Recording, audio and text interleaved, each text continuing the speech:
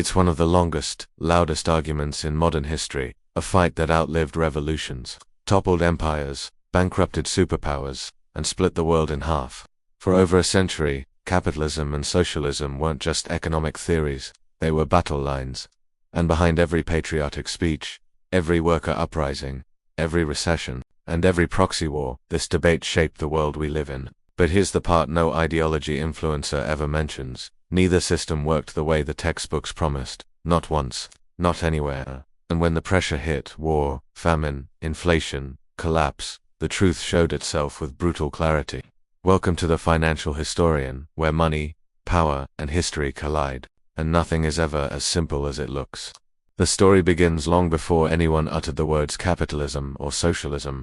For most of human history, the economy wasn't really an economy at all, it was survival. Monarchs claimed divine right, landlords owned almost everything.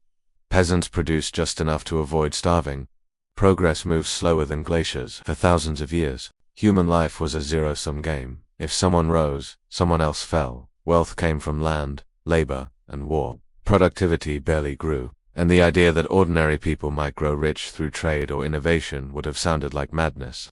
Then the Industrial Revolution blew the world open. Britain in the late 1700s was a pressure cooker of coal, iron, capital, and restless ambition. Machines replaced muscle, factories replaced workshops, and a new kind of power emerged, the power of private capital. For the first time, individuals could invest, risk, and own at a scale previously reserved for kings. Productivity exploded. Wages rose for some, misery deepened for others, and inequality widened faster than any society had ever experienced. Pollution choked cities, children worked 12-hour shifts, slums bred disease. But no matter how ugly it was, one fact was undeniable. Capitalism produced more goods, more wealth, more speed than the world had ever seen. This was the moment when socialism was born, not as a utopian dream, but as a desperate reaction to industrial capitalism's brutality. By the mid-1800s, writers like Karl Marx and Friedrich Engels looked at the smokestacks, the worker riots, the factory floors stained with sweat and blood, and concluded that the system itself was the crime. They saw capitalist wealth as stolen labor, extraction disguised as opportunity. They argued that if workers collectively owned the factories, if the profits were shared, if production served human need rather than private gain, society would finally become fair. No more exploitation, no more cycles of boom and bust, just rational planning and equal dignity. It sounded clean, elegant, moral, and for millions of people living beneath the gears of early capitalism, it sounded like justice. But theory is one thing, real life is another. The first time the world seriously attempted socialism on a national scale, it wasn't in a classroom, it was in the ashes of an empire. After the 1917 Russian Revolution, Lenin inherited a country that was starving, illiterate, and backward. The Tsar was dead. The old elite fled or were executed. And suddenly, a vast territory with 150 million people needed a new operating system. So the Soviets built one. State ownership of land, factories, banks, and resources. Prices were set by bureaucrats. Production targets replaced profit motives. Private business was wiped out. In theory, it should have created perfect equality and efficiency. In practice, it created chaos. Without market prices, planners didn't know what people wanted or how much to produce. Without competition, factories didn't innovate. Without personal reward, workers had no reason to exceed the minimum. Shortages became normal. Lines became culture, and agriculture, the backbone of the Russian economy, collapsed into famine. Lenin eventually retreated, allowing limited private trade just to keep the country alive. Yet something strange happened. Despite its failures, socialism remained seductive, because capitalism wasn't exactly looking good either. By the early 20th century, capitalism had delivered immense growth but also wild instability. Speculation ran rampant, trusts dominated industries. The wealthy lived like modern royalty while millions scraped by. The system was efficient at creating wealth, but terrible at distributing it. This imbalance detonated in 1929 when the US stock market imploded and capitalism suffered its most catastrophic failure. The Great Depression wasn't a recession, it was a global economic heart attack. Banks collapsed. Unemployment hit 25%. Entire countries saw their financial systems wiped out. For millions of observers, capitalism looked not just flawed, but fatal. So by the 1930s, the world faced an uncomfortable truth. Neither system worked as advertised. Socialism promised equality but delivered scarcity. Capitalism promised prosperity but delivered collapse. And then came a moment that changed everything: World War II. The war forced every major economy to test its system under maximum pressure. The Soviet Union, despite its inefficiencies, mobilized its entire population with terrifying speed and discipline. State control allowed it to redirect all resources toward survival. Meanwhile, capitalist nations like the United States transformed into industrial supermachines, proving just how powerful private innovation could be when backed by national coordination. When the war ended, the scoreboard wasn't ideological anymore. It was GDP, infrastructure, growth, and living standards. And from 1945 to 1991, the world became a laboratory. On one side, the Soviet bloc, central planning, state control, suppressed markets. On the other, the United States and its allies regulated capitalism, private enterprise, but with safety nets born from Depression-era lessons. This was the real experiment, not the manifestos, not the speeches, but millions of people living the consequences. The results were as dramatic as they were painful. In the Soviet Union, the early decades brought rapid industrialization. Illiteracy fell, housing expanded, military power soared. But beneath the surface, the system was cracking. Without price signals, the economy drifted into absurd inefficiency. Factories met quotas by producing unusable goods. Farms delivered rotten harvests, and innovation stagnated. By the 1970s, the USSR was decades behind in consumer technology. A country that could build rockets couldn't produce decent refrigerators. Capitalism, meanwhile, adapted.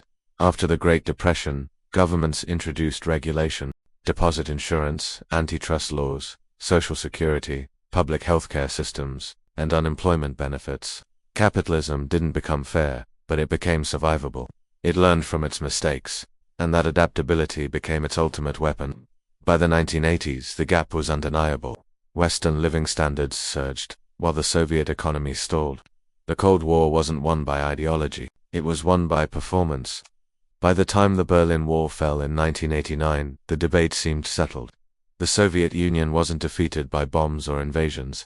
It was defeated by empty shelves, broken incentives, and an economy that could no longer keep up. A system designed to eliminate inequality had produced new elites, party bosses, bureaucrats, and insiders, while ordinary citizens waited in line for bread. A system built to transcend market chaos collapsed under the weight of its own rigid planning. And when the numbers finally came in, they told a blunt story. Western economies were simply more productive, more innovative, and more adaptable. But capitalism's victory lap didn't last long, because while the Cold War ended, the economic contradictions didn't. By the 1990s and 2000s, capitalism evolved again, this time into something no 19th century theorist could have predicted. Finance exploded, global supply chains stretched across continents, and credit flowed like water. Inequality soared again, this time on a scale reminiscent of the Gilded Age. Corporations became transnational powers, and entire economies became dependent on debt, speculation, and asset bubbles. The 2008 financial crisis hit like a déjà vu, a reminder that capitalism's instability never really disappeared. It just came back wearing new clothes. Meanwhile, socialism re-emerged, not in the old Soviet form, but as something softer, more nostalgic. Calls for wealth taxes, nationalized healthcare, free education, stronger unions, and economic leveling returned in many countries. Younger generations, crushed by housing costs and stagnant wages, began to question whether capitalism still worked for anyone but the wealthy. The debate was reborn, but there was a twist. This time, almost nobody wanted pure capitalism or pure socialism, because history had made the trade-offs painfully clear. Look at modern Scandinavia, often mislabeled as socialist. These countries have free markets, private enterprise, and global corporations. But they also have high taxes, strong social protections, and powerful unions. It's capitalism with guardrails, a mixed economy engineered to dampen inequality while preserving innovation. Now look at the United States, a capitalist powerhouse with tremendous invention, financial depth, and global influence, but also staggering wealth gaps, decaying infrastructure, unaffordable healthcare, and a shrinking middle class. Look at China, the most fascinating case of all, the world's largest authoritarian capitalist economy. Beijing calls it socialism with Chinese characteristics, but what it really resembles is state-directed capitalism.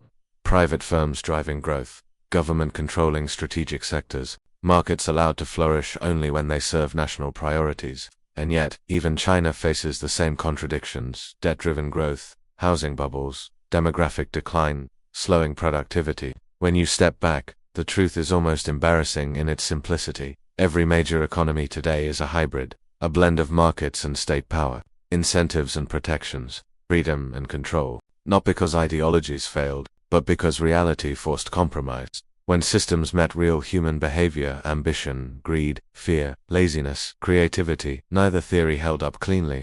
And that's the uncomfortable lesson. Economic systems don't shape people nearly as much as people shape economic systems. Human nature doesn't disappear under socialism or capitalism. It just expresses itself differently. Under pure capitalism, greed becomes innovation until it becomes exploitation. Under pure socialism, equality becomes unity until it becomes repression. In markets, power concentrates through wealth. In planned economies, power concentrates through politics. Different systems, same human tendencies. Different propaganda, same flaws. The real question isn't which system is better, it's which system has the best mechanisms to restrain power, correct mistakes, and reward useful behavior. And history's answer is clear: the system that adapts wins. Capitalism survived because it could reinvent itself from laissez-faire to the New Deal, to globalized finance, to tech capitalism. Socialism collapsed where it refused to evolve: the Soviet Union, Maoist China, North Korea. But socialism thrived where it merged with markets: Scandinavia, post-1978 China despite its authoritarian edge, and parts of Western Europe. Ideology didn't decide the winners. Adaptation did. To understand why, you don't need a PhD in economics. You just need to see what each system prioritizes. Capitalism prioritizes incentives. When it works well, it unleashes creativity, risk-taking, and productivity. People build, innovate, experiment, because there's something in it for them. But the downside is inequality, instability, and cycles that punish the vulnerable. Socialism prioritizes equality. When it works well, it reduces poverty, expands access, and ensures basic dignity. But without incentives, productivity stagnates. Without markets, information collapses. And without open institutions, corruption festers in silence. Both systems have strengths. Both have failures. And both have historical scars. The modern world, the world you and I live in, is built on those scars. Every safety net, every regulation, every market rule, every welfare program, every financial instrument carries the DNA of this century-long battle. The mixed economies we live in today aren't proof that one system won. They're proof that neither system could survive alone.